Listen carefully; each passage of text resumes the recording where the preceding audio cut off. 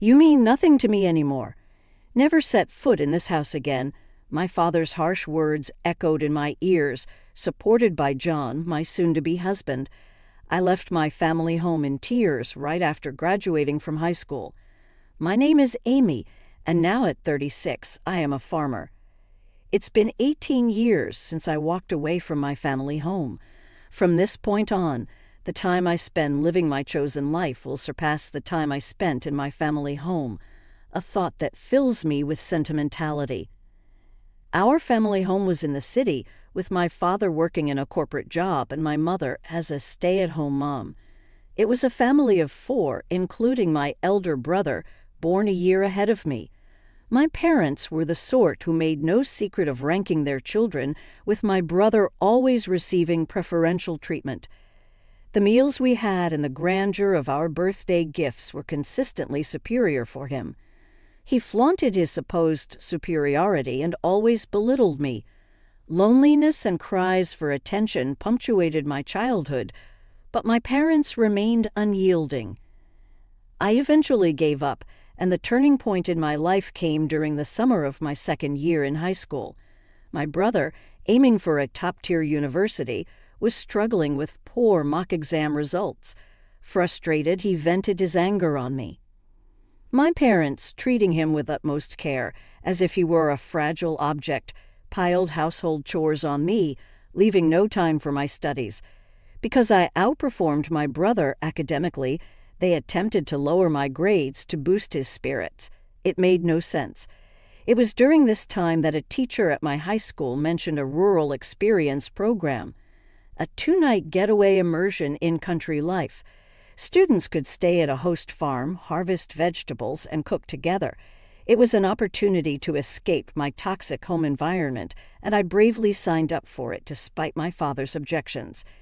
He had always dismissed agriculture as a career for those who couldn't secure corporate jobs, while my mother scoffed at me, questioning my sanity for willingly embracing manual labor and getting dirty in the mud. I defied my parents' opposition and used my saved pocket money to participate.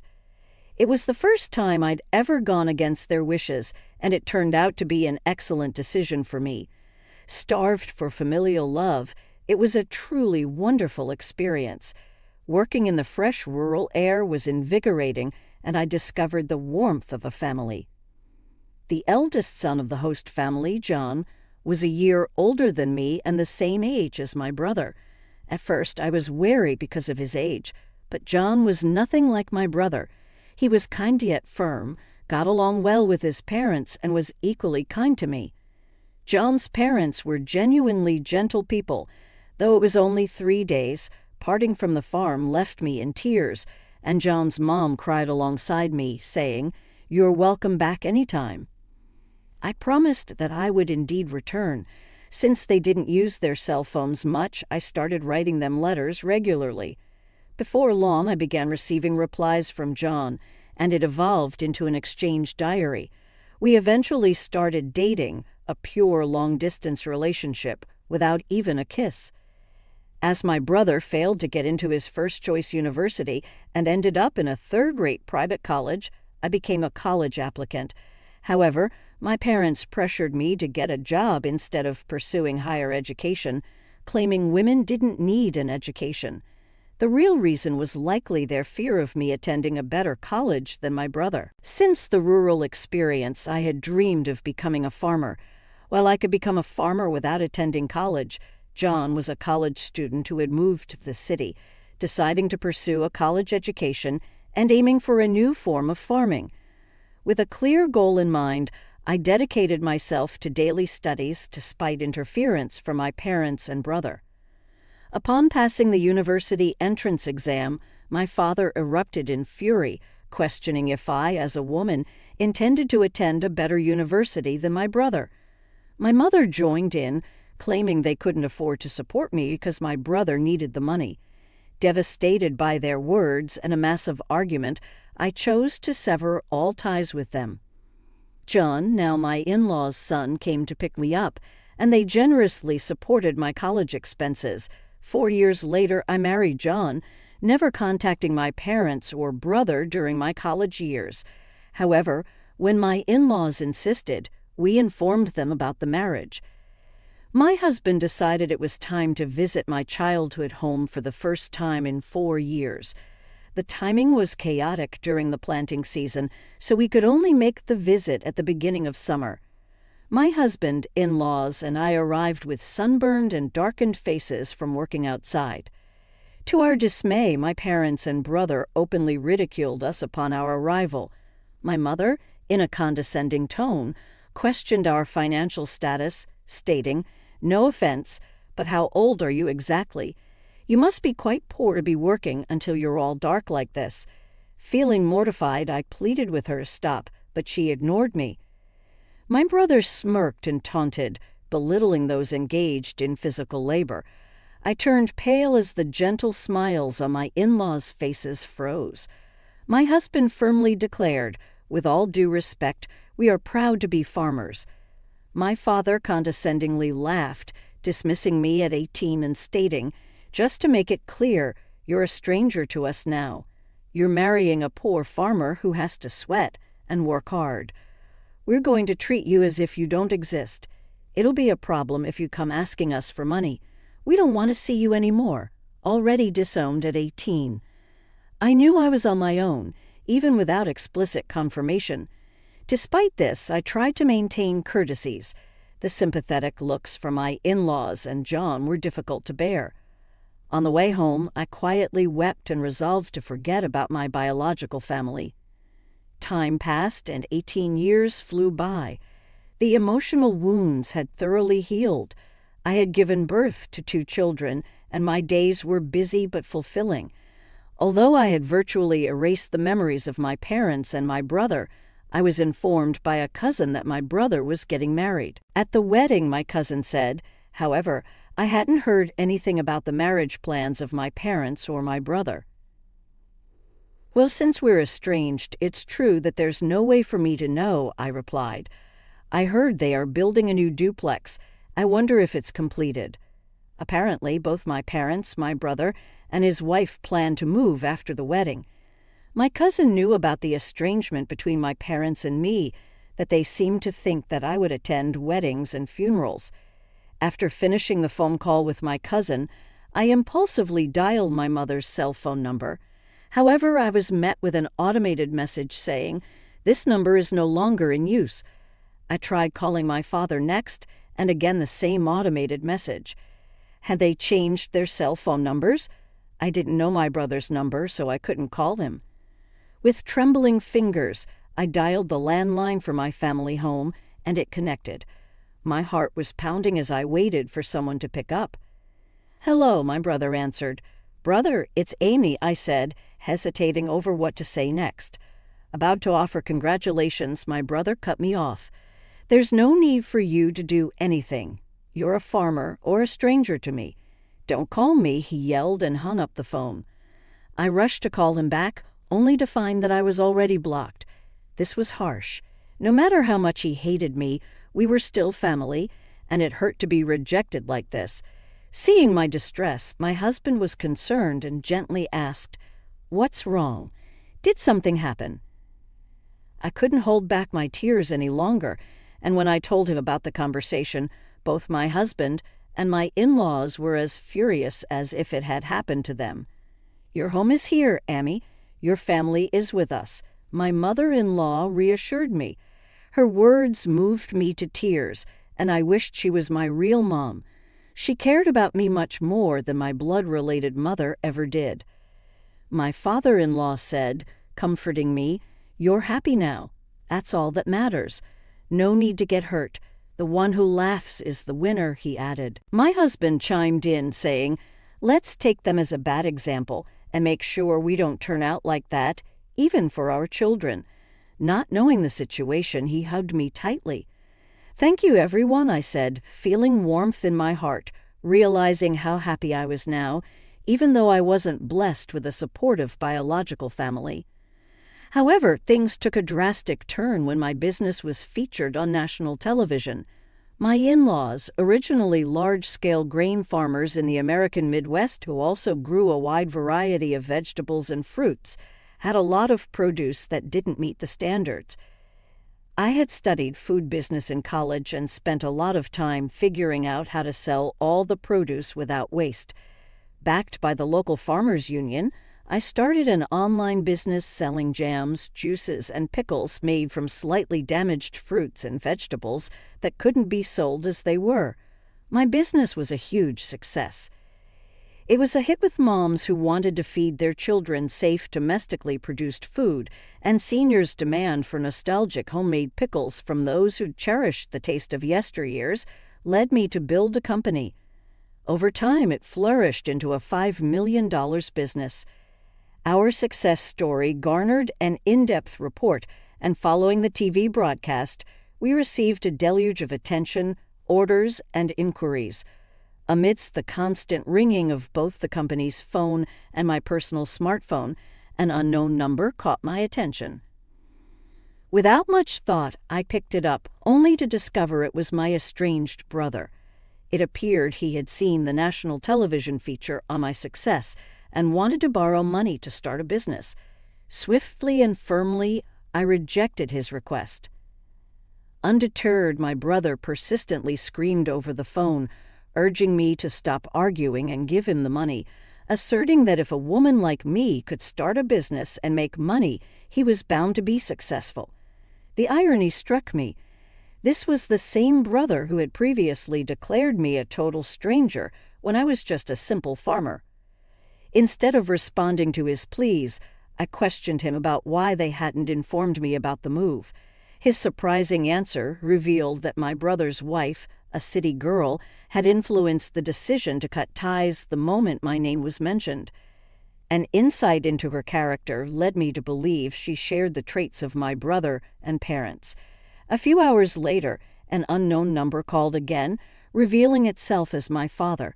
He demanded an explanation for why I, a woman, was a boss and accused me of stealing a man's job.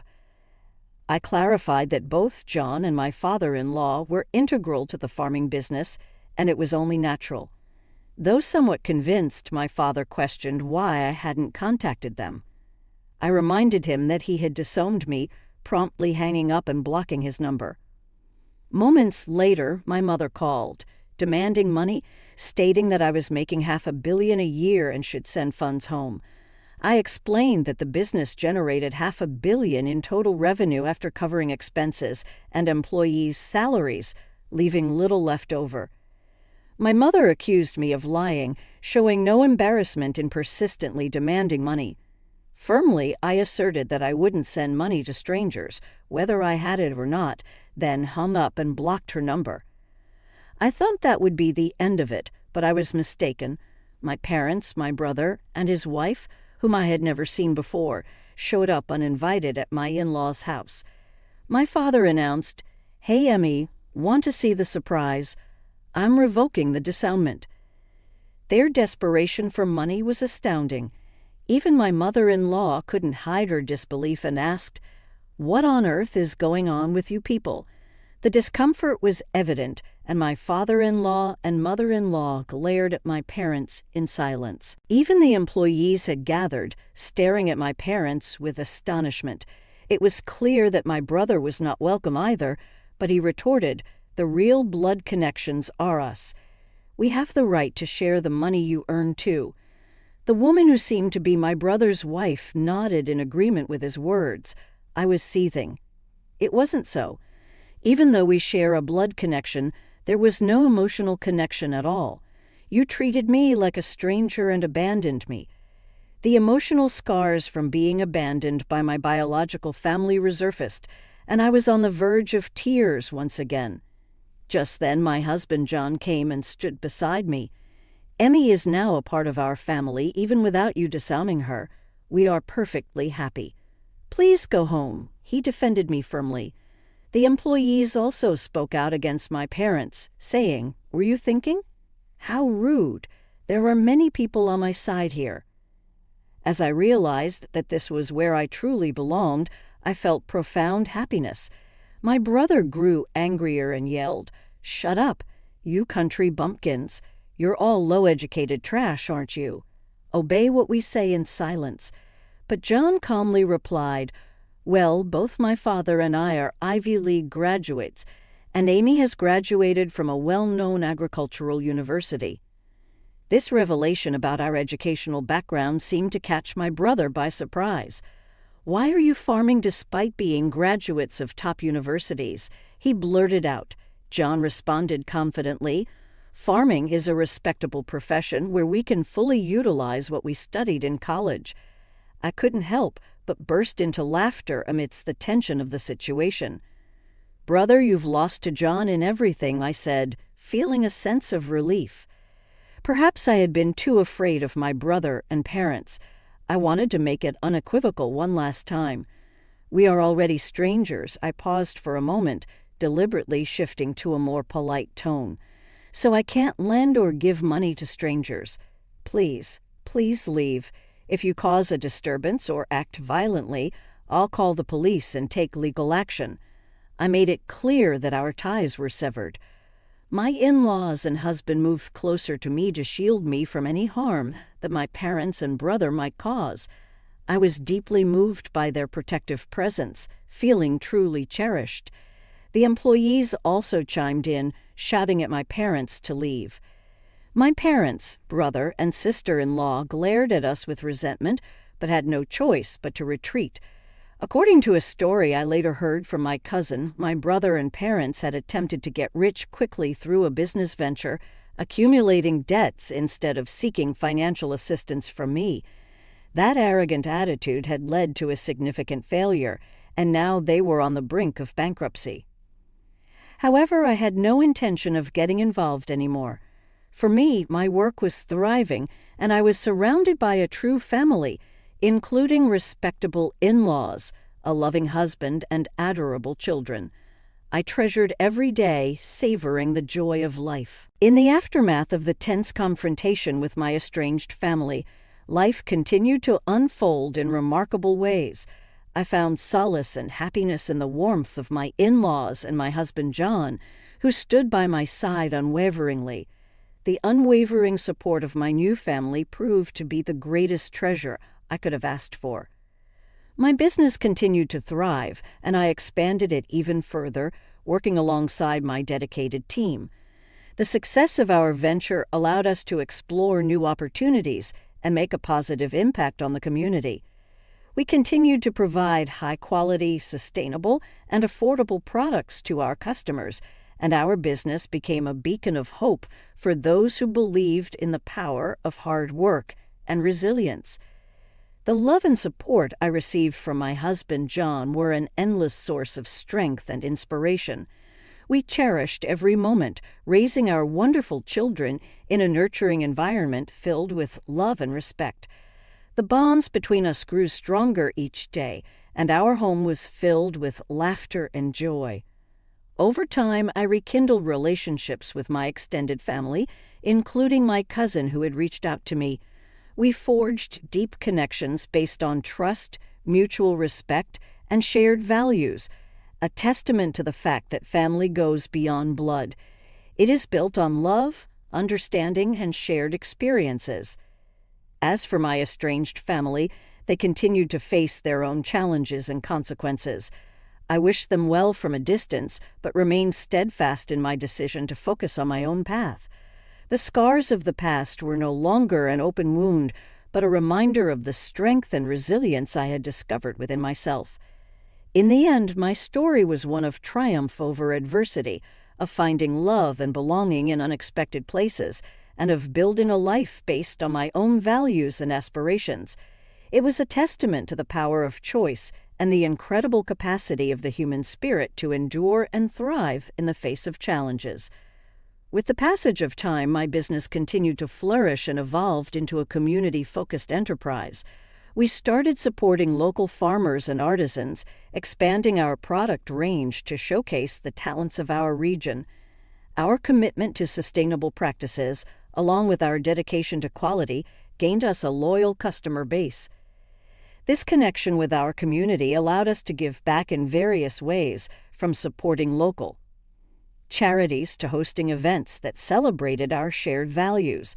As our children grew, We instilled in them the importance of hard work, empathy, and resilience. They witnessed firsthand the importance of family, not solely defined by blood, but by love and shared experiences. Our home became a sanctuary for their growth and development, fostering an environment where they felt loved, nurtured, and encouraged to pursue their dreams. The support from my in-laws remained unwavering. They were not just in-laws, they were the family I had chosen, and I couldn't be more grateful for their love and acceptance. My mother-in-law, in particular, became a cherished friend and confidant, offering her wisdom and guidance as I navigated life's challenges. Meanwhile, my cousin and I continued to build a strong and lasting bond. Our regular interactions allowed us to strengthen our connection, and we often found ourselves sharing life's joys and challenges. This relationship was a testament to the enduring power of chosen family, where genuine love and understanding prevailed. In the broader scope of life, I found solace in my decision to leave the past behind. While my estranged family faced their own trials, I focused on the present and the future. My husband, my children, and the people who surrounded me were my pillars of strength, reminding me that a loving, supportive family can be found in unexpected places. My story serves as a reminder that family is not solely defined by blood ties. It is a connection born from love, shared values, and mutual respect. Indeed, I had come a long way from being disowned by my biological family, and the journey had made me stronger, more resilient, and deeply appreciative of the true meaning of family and the love that can be found in the most unexpected places.